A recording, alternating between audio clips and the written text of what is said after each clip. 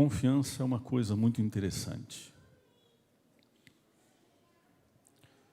Tem gente que não consegue confiar em ninguém. Tem gente que não consegue confiar em si mesmo. Tem gente que confia demais nos outros. E tem gente que confia demais em si mesmo.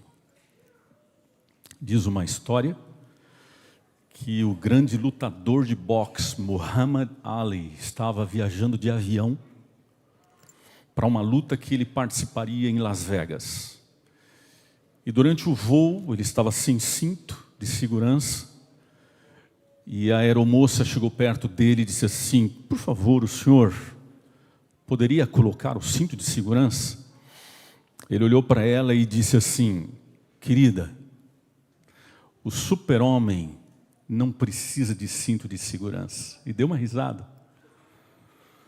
Ela olhou para ele e disse assim: verdade, só que o super-homem também não precisa de avião, então põe o cinto, por favor. A confiança é uma coisa interessante. Ninguém compra confiança. Ou você confia ou você não confia. Não tem como a gente chegar para alguém, você chegar para alguém e dizer assim: a partir de agora, você vai confiar em mim porque eu estou mandando. Não existe isso. A confiança é uma coisa que você conquista. O interessante é que a confiança é uma coisa que você conquista através de muitos atos. E que você pode perder por um ato só. O problema é que muitos de nós um dia já confiou em alguém e essa confiança foi traída. E quando isso acontece, é difícil de a gente voltar a confiar. E quando nós passamos por sucessivas experiências negativas assim com as pessoas, o coração da gente vai endurecendo de uma certa forma que a gente para até de conseguir confiar em Deus. Essas decepções ou traições levam a gente até a duvidar do poder de Deus e por causa disso levam a gente também a parar de crescer espiritualmente. Existe um episódio na Bíblia que fala exatamente sobre isso, sobre confiança e sobre dependência. Abra sua Bíblia no livro de Êxodo. Nós vamos ficar só no livro de Êxodo hoje, capítulo 13, 14, mas agora nós vamos no capítulo 13, verso 17. Êxodo capítulo 13, a partir do verso 17. Encontre aí na sua Bíblia.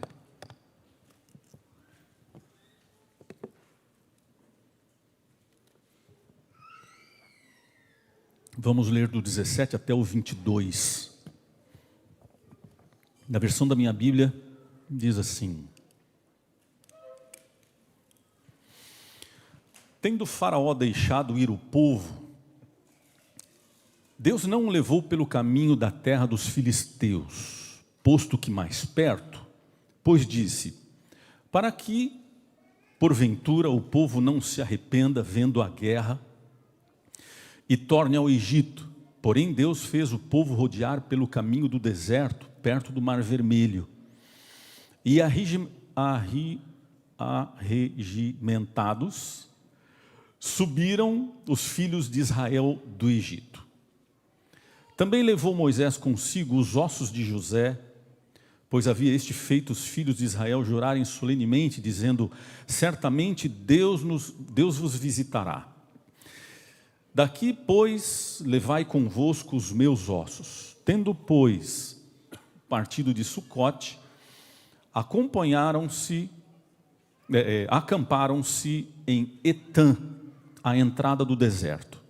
O Senhor ia diante deles, durante o dia numa coluna de nuvem, para os guiar pelo caminho, durante a noite numa coluna de fogo, para os iluminar, a fim de que caminhassem de dia e de noite. Nunca se apartou do povo a coluna de nuvem durante o dia, nem a coluna de fogo durante a noite. Até aqui está bom. A travessia do Mar Vermelho é um dos acontecimentos mais extraordinários do Antigo Testamento. Eu não digo Velho Testamento, eu digo Antigo Testamento, porque nenhum testamento é velho. Há uma diferença entre ser velho e ser antigo. Velho é que não é mais atual. Antigo é que existe há muito tempo. Por isso eu gosto de chamar de Antigo Testamento. E muitas pessoas acreditam que esse fato histórico não foi histórico, não foi real. Nós contamos essa história para as crianças desde que elas são pequenininhas. E hoje nós vamos tirar algumas lições, nós vamos pensar um pouco no contexto de como isso aconteceu. A situação é que o povo do Egito, no Egito a situação deles era muito terrível. Eles eram escravos e o povo estava sendo cada dia mais oprimido. E o fardo era cada vez mais pesado e parecia que Deus tinha se esquecido deles. Mas por pior do que a condição física de escravidão, era a condição espiritual deles. Depois de tantos anos em uma terra pagã, a maneira de eles pensarem, de eles refletirem, já sofria influências das crenças e da cultura pagã. A essa altura, com o passar das gerações, todos os israelitas que agora poderiam ser libertos, tinham nascido no Egito. Era uma geração que não conhecia outra coisa a não ser o que era viver ali no Egito como escravos. Para eles, a única coisa que eles conheciam era a vida de escravos. Porque a nossa tendência é sempre nos acostumar com a cultura onde nós vivemos. O nosso meio molda a gente, a cultura forma a gente. Quer ver uma coisa? Isso acontece com a gente, com os nossos filhos. Muitos dos nossos filhos, vários dos nossos filhos, nasceram aqui nos Estados Unidos. Muitos dos nossos filhos, quando vieram para cá, vieram pequenos. E eles foram influenciados pela cultura americana. Então, outro dia eu estava conversando com uma família que tinha ido de férias para o Brasil. E eles estavam dizendo assim, um dia, a gente de férias lá no Brasil, o pai estava dirigindo o carro, e o filho no banco do passageiro do lado. E eles pararam no posto para abastecer o carro. Aí o pai pegou a chave do carro, o dinheiro, e deu na mão do frentista. O menino do lado ficou olhando, o pai mexendo no celular, falou, pai, tem um homem mexendo no nosso carro. Falou, o que, filho? O que? Tem um homem, ele está roubando alguma coisa lá atrás do carro, pai. Aí o pai falou, não, filho, esse é o frentista. Não é não, ele não está na frente, ele está lá atrás. Não, filho, esse homem é o cara que, esse é o trabalho dele. Ele é pago para colocar combustível no carro. Falei, mas para que a gente vai pagar ele se é a gente que faz isso? Falou, não, filho, lá nos Estados Unidos é a gente, mas aqui no Brasil tem uma pessoa que faz isso. Não dá para entrar na cabeça deles. Uma outra família, a gente estava conversando, dizendo assim, que estavam lá no Brasil, e a filha olhou lá no Brasil fica um monte de cachorro solto, né? Cachorro caramelo, um monte de caramelo solto. E a menina olhou e falou assim, pai, cadê o dono desses cachorros? E o pai olhou e falou assim, filha, esses cachorros aqui não tem dono. Falei, como assim não tem dono? Onde é que eles moram? Eles moram na rua. Assim, mas quem que dá comida para eles? Ninguém. Mas cachorro não pode trabalhar, não pode comprar, alguém tem que dar. Quem que dá? Ninguém, filha. E onde eles vivem? E o que eles comem? Eles comem o que eles acham ali. Papai, então vamos levar para os Estados Unidos esses cachorros. É a família que vai com os filhos para o Brasil e a filha fala assim, pai, liga o ar-condicionado. O pai fala, não, filha, não tem ar-condicionado. Como assim não tem ar-condicionado? Toda casa tem ar-condicionado. Liga lá o ar-condicionado. Falei, não, filha, aqui no Brasil, nem toda casa tem ar-condicionado. Mas como não tem ar-condicionado? Casa tem ar-condicionado. Quem é que foi construir uma casa e esqueceu de pôr o ar-condicionado? Não entra na cabeça deles, porque a cultura deles é a cultura daqui. Eles estavam tão acostumados com o Egito, que eles não queriam mais sair de lá. A ideia deles, a cultura deles, a realidade deles, eles oravam não para um livramento. Eles oravam pedindo para que Deus mudasse a situação deles, mas ali, no mesmo lugar. Só que esse não era o plano de Deus. O plano de Deus era muito maior. O plano de Deus era tirar eles daquela situação terrível e levar eles para uma outra terra. Uma terra muito melhor, que a Bíblia descreve dizendo assim, uma terra que manava leite e mel. O que é isso? Eu nem sei o que é isso. Minha cultura é Egito, minha cultura é escravidão. E aqui vem a primeira lição para a gente. Vem a primeira lição. Você já parou para pensar que Deus pode te dar tudo? Deus pode te dar tudo. Você já parou para pensar que Deus pode te dar tudo e Ele pode tirar tudo? Ele pode tirar e Ele pode te dar, num abrir e fechar de olhos, de uma maneira que você nunca imaginou. Deus pode fazer isso. Deus pode mudar qualquer tipo de situação.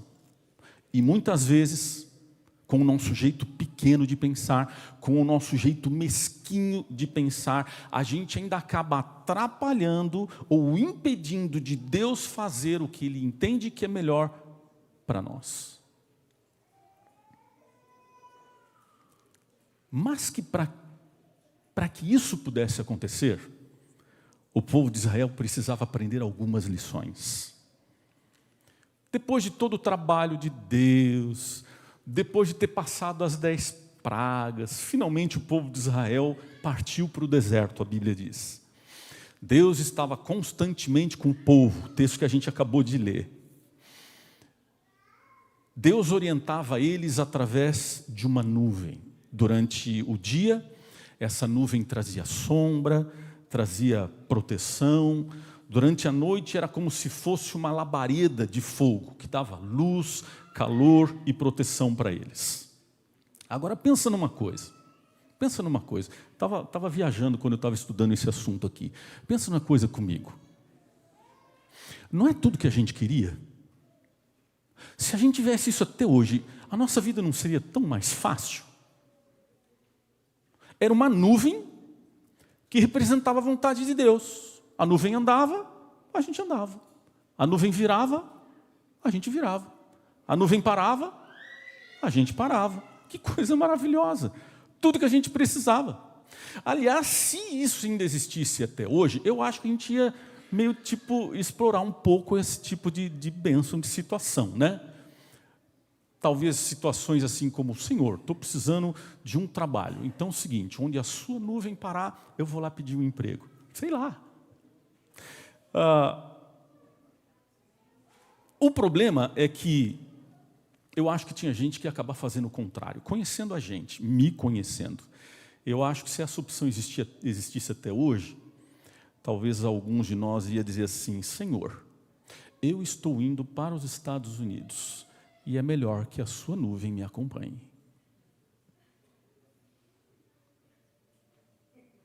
Entende o que eu quero dizer? A nuvem era visível e era real, mas era apenas ilustrativa. Não importa se foi com o povo de Israel ou é com a gente hoje, a questão não é essa, a questão é outra. A questão é a seguinte, você está disponível, você tem disposição em seguir a nuvem de Deus? Essa é a questão.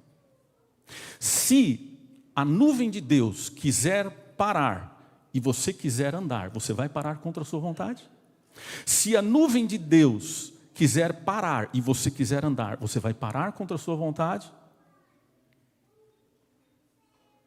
Mesmo porque hoje, naquela época, eles não tinham a palavra de Deus, mas hoje nós temos, e muitas das coisas que eles não tinham, hoje nós temos as respostas. E muitas vezes a gente não quer seguir.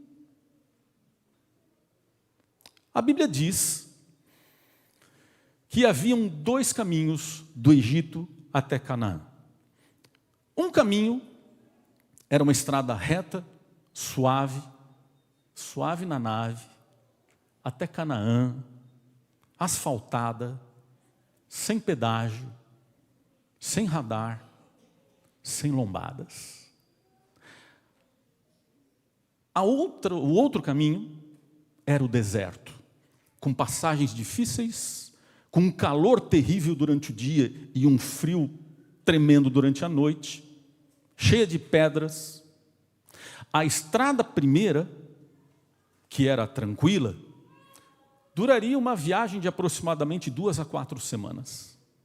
A segunda viagem, a mais difícil, a pelo deserto, duraria por volta de 40 anos, muito mais longe do que a primeira. E aí eu pergunto, qual você escolheria?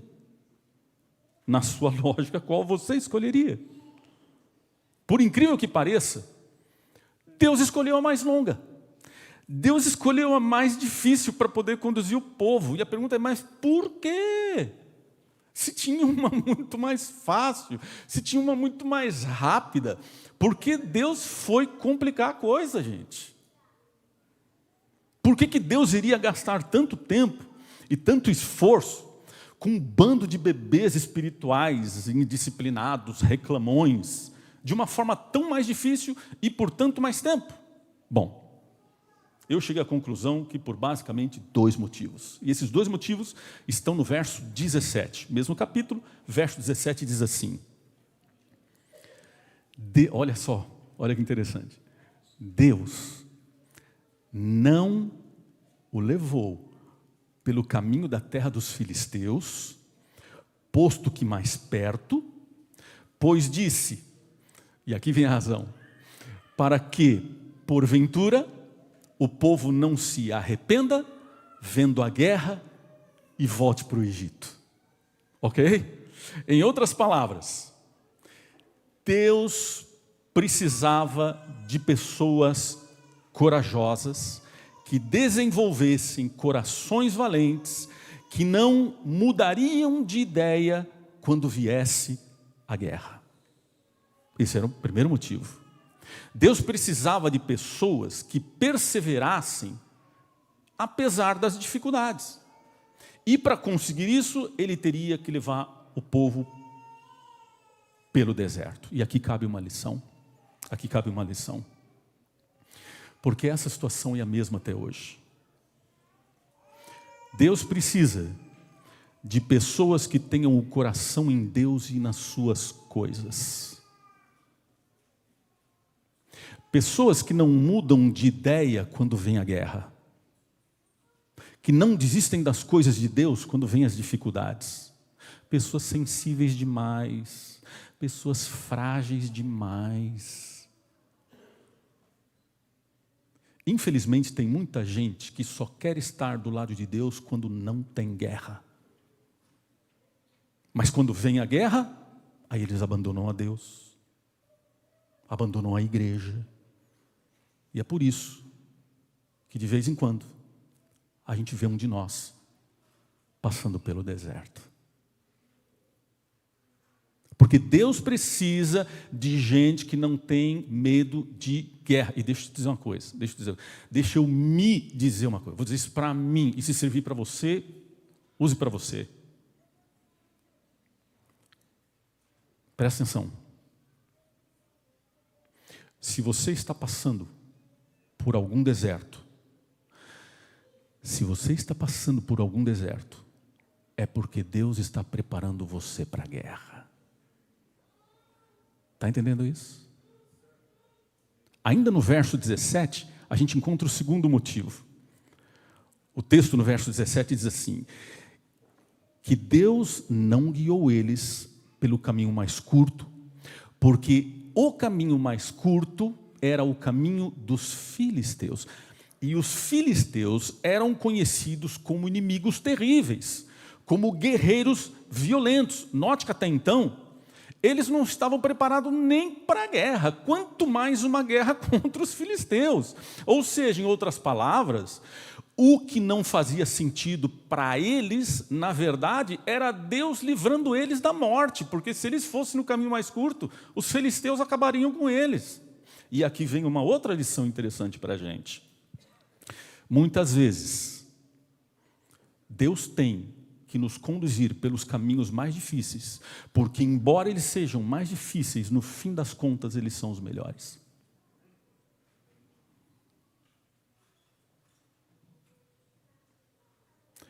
Partindo de uma premissa básica de que Deus conhece todos os caminhos.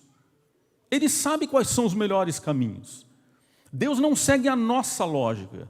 E aí, quando Ele não segue a nossa lógica, a gente fica revoltado com Ele. Mas é quando Deus diz não, Ele diz não, porque Ele sabe que dizer sim seria pior para você. Pelo que a gente percebe na leitura, as coisas estavam indo bem, até que a condução divina, para eles, começou a ficar meio estranha, começou a ficar meio esquisita. Porque no capítulo 14, versos 1 e 2, a Bíblia diz assim, olha o que a Bíblia diz. Disse o Senhor a Moisés, fala aos filhos de Israel que retrocedam e se acampem de fronte de Pi-Hairote, entre Migdol e o mar, diante de Baal-Zefon, em frente dele vos acampareis junto ao mar. Esse pedido de Deus, essa ordem de Deus, era esquisita, era estranha. Primeiro, porque a ordem que Deus estava dizendo é para eles voltarem, retroceder. Mas como assim? Para que Ele pediu para a gente vir até aqui, para depois ter que voltar? Ninguém gosta de voltar, ninguém gosta de retroceder, ninguém gosta de desfazer o que já foi. Sabe, quer ver uma coisa que eu fico uma coisa que eu fico doido da vida? É quando eu erro uma saída dirigindo o carro. Já aconteceu com você? Você pega uma 95, você pega uma Turnpike e você não sabe. Cara, você tem que ir lá na casa onde Judas perdeu as meias. E aí você faz a volta para você poder voltar, para poder sair onde você tinha saído. Tudo isso é tempo perdido. Ninguém gosta de voltar. É perda de tempo.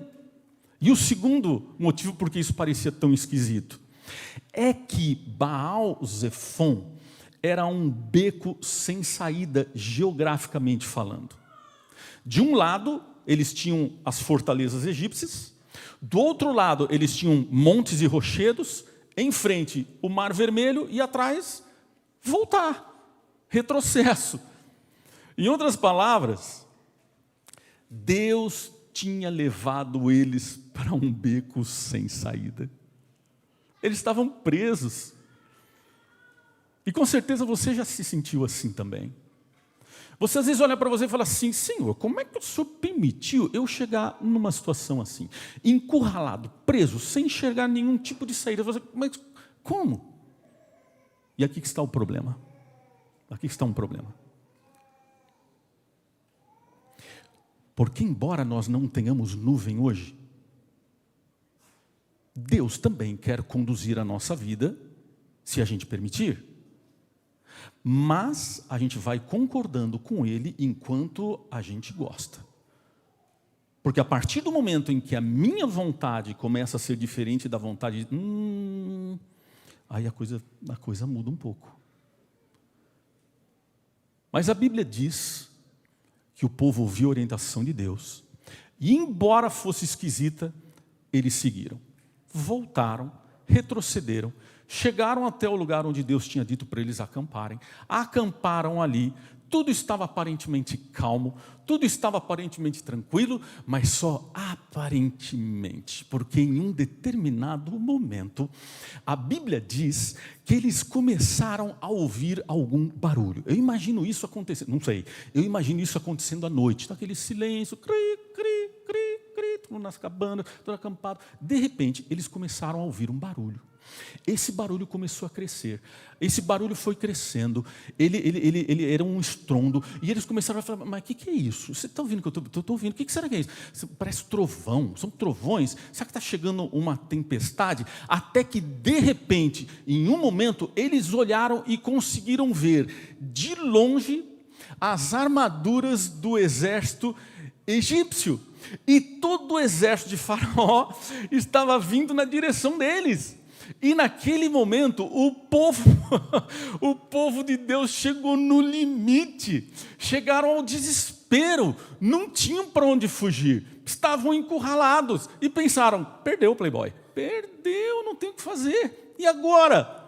Mas é aqui que a história começa a ficar interessante, porque é quando nossos recursos acabam, que Deus ainda nem começou, entendeu isso? É quando os nossos recursos acabam, Deus ainda nem começou. E é exatamente aqui que começa a ação divina. Porque quando nós falamos de salvação, não tem nada que você ou eu possamos fazer. Não tem nada. Mas salvação é a especialidade de Deus, não é nossa. É quando os nossos recursos acabam que Deus começa a fazer o que Ele sabe fazer de melhor. E olha aqui no capítulo 14, versos 10 a 12. Diz assim, olha, presta atenção nisso. Isso é muito louco. E chegando o Faraó, os filhos de Israel levantaram os olhos. E eis que os egípcios vinham atrás deles. E temeram muito, estavam morrendo de medo. Então, os filhos de Israel clamaram ao Senhor. Disseram a Moisés, para quem que eles reclamaram? Para Deus e para Moisés. Será que por não haver sepulcro, olha a linguagem, gente, que por não haver sepulcros no Egito, que o Senhor nos tirou de lá, e vocês dois tiraram a gente de lá, para que a gente morresse no deserto? Por que nos tratam assim? Olha, gente, não é isso o que te dissemos no Egito? Deixa-nos, para que sirvamos os egípcios.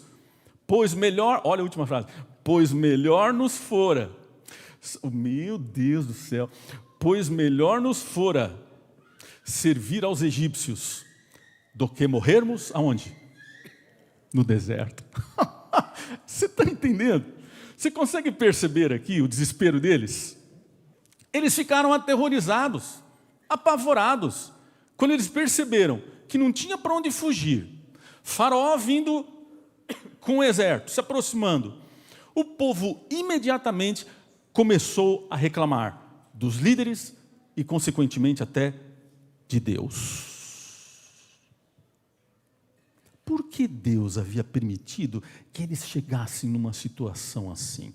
Porque Deus tinha permitido que eles saíssem do Egito se era para eles morrerem agora ali. Não fazia sentido. Note um detalhe aqui. Presta atenção. O problema deles não era o exército. O problema deles não era estar encurralados. O problema deles era outro. O problema deles, presta atenção, o problema deles é que eles esqueceram quem é que tinha levado eles para lá. Esse era o problema. O problema deles, na verdade, é que eles não confiavam mais em Deus. E é assim que acontece. Quando uma pessoa não confia em Deus, ela começa a reclamar de tudo. É assim que acontece. Porque ela esquece que é Deus que está no controle de tudo. Aí você reclama da igreja, você reclama da liderança, você reclama do pastor, você reclama da construção, você reclama de Deus. O problema não é nada disso, gente. É porque você esqueceu que é Deus quem está no controle. Simples assim.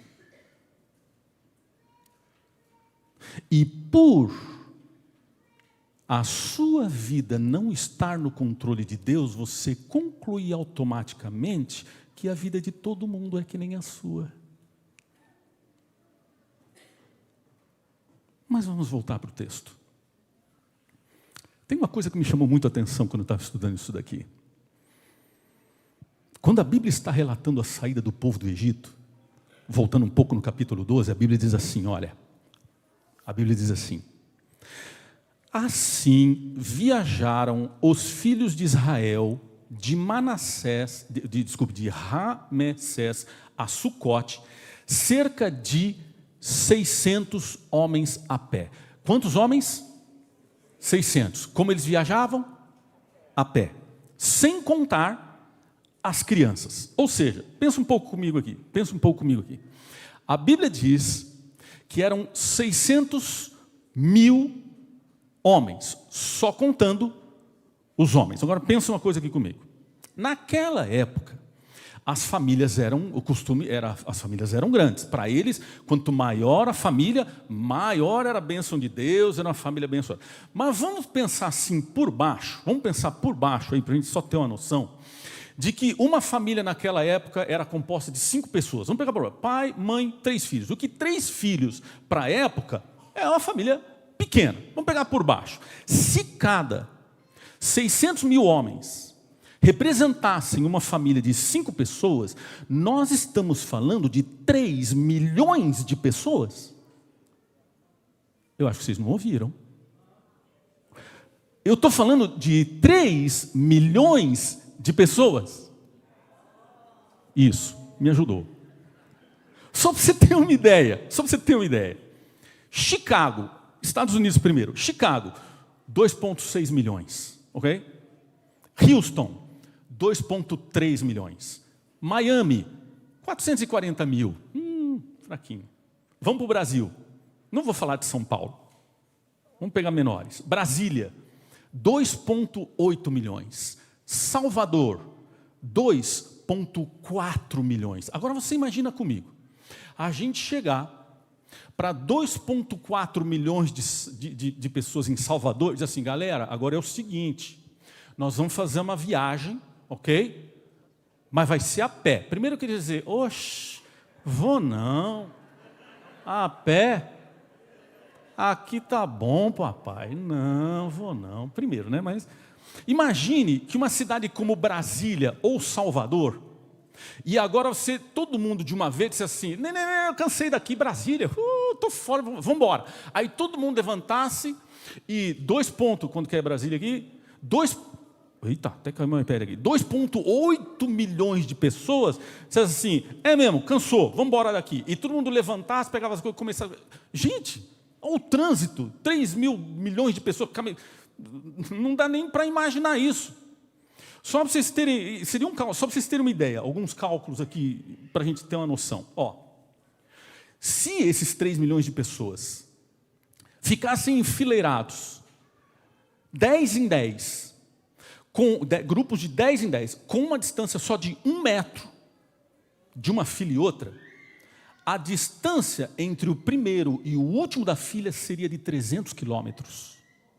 Ou seja, praticamente uma fila daqui até Orlando. Orlando tem 320 quilômetros. Estou falando quilômetros, não milhas. Quilômetros. Se eles caminhassem numa velocidade de 5 quilômetros por hora, depois da saída do primeiro grupo, levaria 2 dias até o último grupo começar a andar. Ou seja, não era uma coisa muito simples. A própria saída do povo do Egito já era um milagre. Mas vamos voltar para o texto. Volta aqui.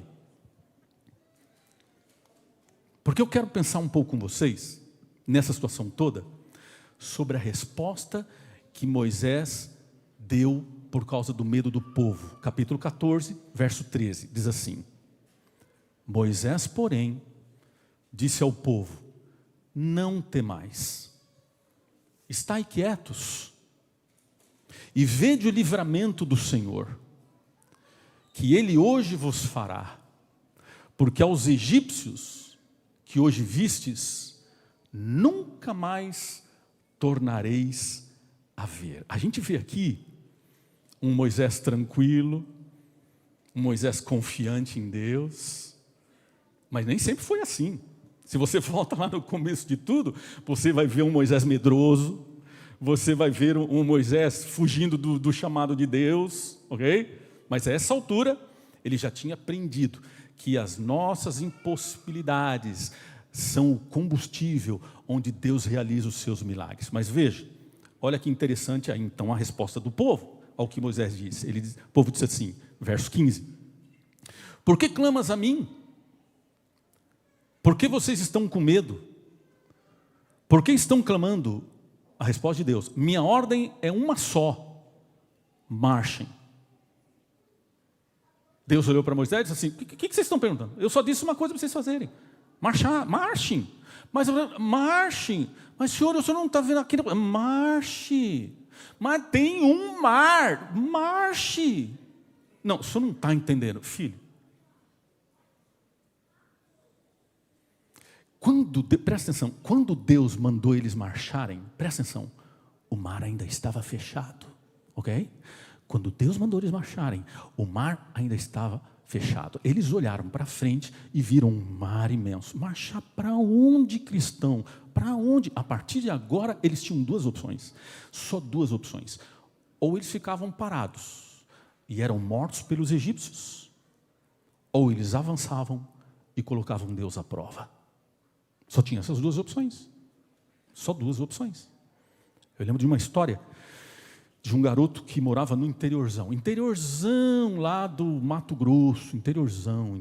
Nunca tinha ido para cidade nenhuma. Aí um tio uma vez levou ele para a cidade grande e foi com ele num shopping, e aí estava chovendo muito, ele e o tio. Aí o tio olhou e falou assim: olha, é o seguinte, desce aqui, fica aí na frente da entra aí, e eu vou estacionar o carro.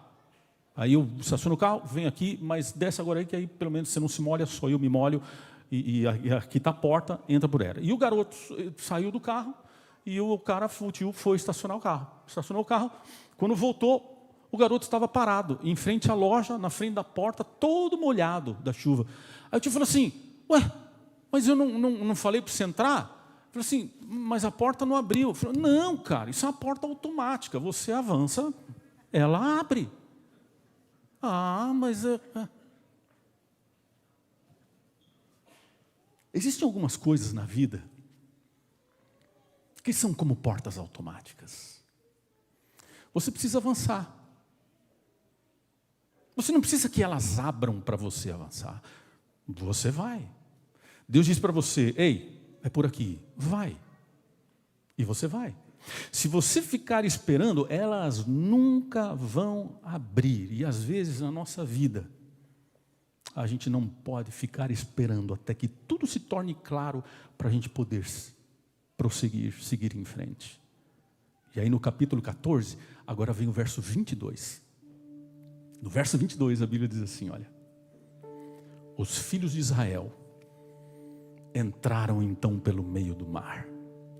Olha isso. Acompanha comigo. O texto que diz: entraram pelo meio do mar em seco. Seco. E as águas lhe foram qual muros eu me arrepio a sua direita e a sua esquerda. Note que a Bíblia não disse assim: o mar baixou, ficou até a cintura, eles conseguiram passar. A Bíblia não diz que a água baixou, ficou até o joelho, então ficou mais fácil. Não, a Bíblia diz que o mar ficou seco onde eles tinham que passar, somente onde eles tinham que passar. E dos dois lados se formaram dois muros de água. Só que a gente lê isso aqui muito rápido.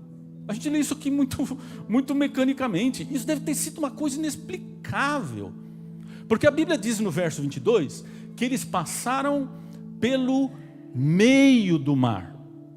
A Bíblia não diz que eles passaram pelo canto do mar.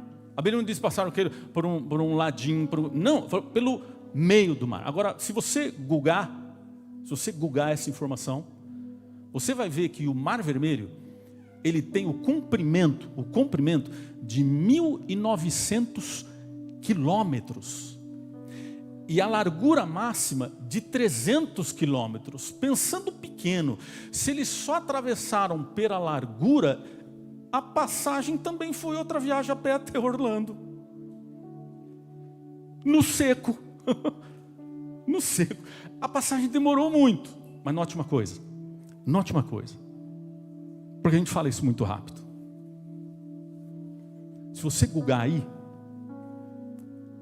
procurando informação sobre o Mar Vermelho, você vai ver que o ponto mais fundo do Mar Vermelho chega a 2.500 metros. A parte mais funda, que geralmente fica no meio do mar, ela tem 2,5 quilômetros de altura. Agora imagine você caminhando no meio do mar em seco, com do lado 2 paredes com 2 quilômetros de altura. Você olha para cima e você não vê o fim. Você não vê o fim. Imagine o barulho das águas de 2 paredes de 2,5 quilômetros de altura. Você já foi em Foz do Iguaçu? Eu já fui. Já fui em Foz do Iguaçu. Muita água, né? Muita água. Barulho, né? Barulho. Estrondo. Sabe qual é a altura da maior queda de Foz do Iguaçu? 82 metros. 82 metros. A gente está falando de 2.500 metros. Segundo o Wikipedia, o Mar Vermelho tem mais de 1.000 espécies de peixes e pelo menos 300 espécies de tubarões. Imagine você andando no meio daquelas 2 paredes, ok? Como se você estivesse dentro de um aquário sem vidro, e esses tubarões olhando na borda assim, você passando. Eu imagino assim: Hey Bruce, who are these people? People are friends, not food. Cara, isso é muito doido. Imagine que se o povo tivesse vacilado, que se o povo não tivesse confiado, que se o povo não tivesse obedecido quando Deus diz: ei, marcha. E se eles tivessem ficado parados, nós nunca saberíamos o que Deus planejava fazer com o mar. E nem com o povo. O nome dessa menina é Jenny. Jenny, essa menina, ela é viva. Do lado dela está a mãe. E lá no canto está o pai, Michael. Michael, o nome dele. O pai dessa menina, ele trabalhava como chefe de cozinha num restaurante. Em 2006, à noite, ele estava voltando para casa, quando ele passou por um beco, uma rua bem apertada. Estava ali uma menina, que não vou dizer o nome, uma moça, uma adolescente de 16 anos, drogada, sob controle das drogas, totalmente doida. E com os efeitos da droga, ela foi assaltar ele. Ficou nervosa e deu um tiro que pegou na cabeça de Michael. Levaram Michael para o hospital. Ele teve no caminho morte cerebral, o coração ainda batia, mas chegou no hospital praticamente morto. A adolescente que fez isso foi condenada a 40 anos de prisão. Com essa situação, a família se reuniu e eles decidiram doar os órgãos do pai, de Michael. Quando a pessoa tem morte cerebral, o hospital pede se tem condição e quer doar os órgãos, a família pode fazer isso. Eles decidiram doar os órgãos. O tempo passou. E muito tempo depois, agora Jenny estava com 33 anos. Estava com o casamento marcado. E nos preparativos do casamento, ela estava conversando com o irmão que nasceu depois. E eles estavam pensando como é que faria o casamento. E ela pensando assim, quem é que vai entrar comigo? Quem é que vai entrar comigo? Porque geralmente quem entra com a noiva é o pai, mas não tinha mais o pai. Quem é que vai entrar comigo? Aí o irmão teve uma ideia fantástica. Ele disse assim, ei, sabe o que a gente podia fazer? A gente podia fazer o seguinte, a gente podia tentar descobrir quem é que recebeu o coração do nosso pai. E fazer contato com essa pessoa. De repente essa pessoa ela entra com você. E eles começaram a pesquisar. E descobriram quem é que tinha recebido o transplante de coração do pai. Era um homem que estava nas últimas. Estava esperando o transplante de coração. Estava muito mal e quase morrendo. Eles entraram em contato com esse homem. Contaram a história que tinha acontecido. E perguntaram se ele não poderia entrar com ela no casamento dela. Esse homem se chamava Arthur. E ele aceitou o convite. O casamento foi feito na igreja de Swissvale, que foi o lugar onde o seu pai e a sua mãe se casaram. E quando Arthur chegou, a primeira coisa que Jenny fez foi colocar a mão no coração de Arthur.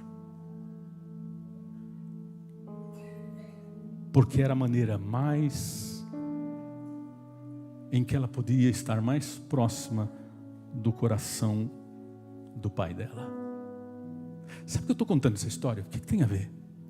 Tem a ver o seguinte: você acredita no que você confia. Você aceita aquilo que você confia.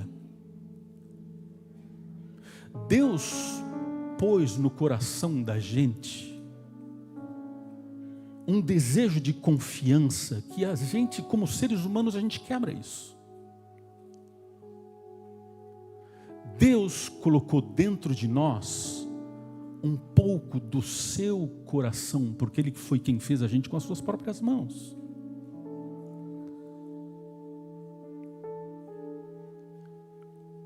A gente faz coisas por amor que a gente não faria por nenhum outro motivo. A confiança é uma das coisas mais importantes, porque se você não entende isso, você nunca vai conseguir confiar em Deus. E pode ser que alguns de nós aqui esteja enfrentando algum deserto que acabou perdendo a confiança, porque as pessoas traíram, porque as pessoas decepcionaram. Eu sei, a mim também. E às vezes por causa dessas coisas com pessoas, a gente fecha as portas do nosso coração para Deus. E a gente acaba esquecendo que nesse mar que você está parado na frente dele, olhando para ele, Deus pode abrir. Deus pode abrir. Quando você olha é impossível. Quando você olha é muito grande. Uau, 2.500 metros de altura. Isso não vai acontecer. Nada. Deus não pode fazer nada na minha vida se eu não confio nele. Confiança e fé andam de mãos dadas. Se eu não tenho fé, eu não confio. Se eu não confio,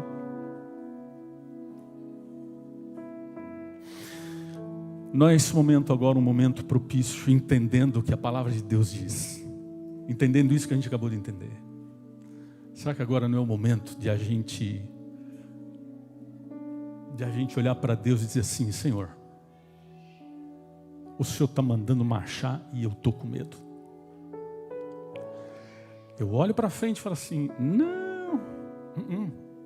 não tem a mínima chance. Nos teus olhos não tem chance. Mas Deus é o Deus do impossível. Você não quer olhar para Deus agora, e onde você está, do jeito que você está, isso é um assunto entre você e Ele. Você não quer nesse momento olhar para Deus e dizer assim: Senhor, o Senhor conhece o meu mar vermelho. Ele está roxo. Meu mar vermelho está roxo. E quando eu olho, mas eu sei que o Senhor pode fazer alguma coisa. O que? Eu não sei. mas eu sei que o Senhor pode. E eu quero confiar, e eu quero acreditar que o Senhor pode. Você não quer dizer isso para Ele, porque agora é eu que estou dizendo. Eu quero isso para mim. Mas se você quer isso para você, feche os seus olhos onde você está. Aproveite esse momento. Quando você sair daqui, esse sentimento que você tem no coração agora vai diminuir. Você vai voltar para o dia a dia. Você vai almoçar, você vai para a tua casa. Esse momento aqui, você está entendendo o que a gente entendeu. É a palavra de Deus. Isso que você está sentindo, eu estou sentindo. Então esse momento aqui é especial. Talvez aqui você diria coisas que depois você não diria. Ok? Então agora, aí onde você está, o que você diria para Ele? Veja, Ele sabe, Ele já sabe.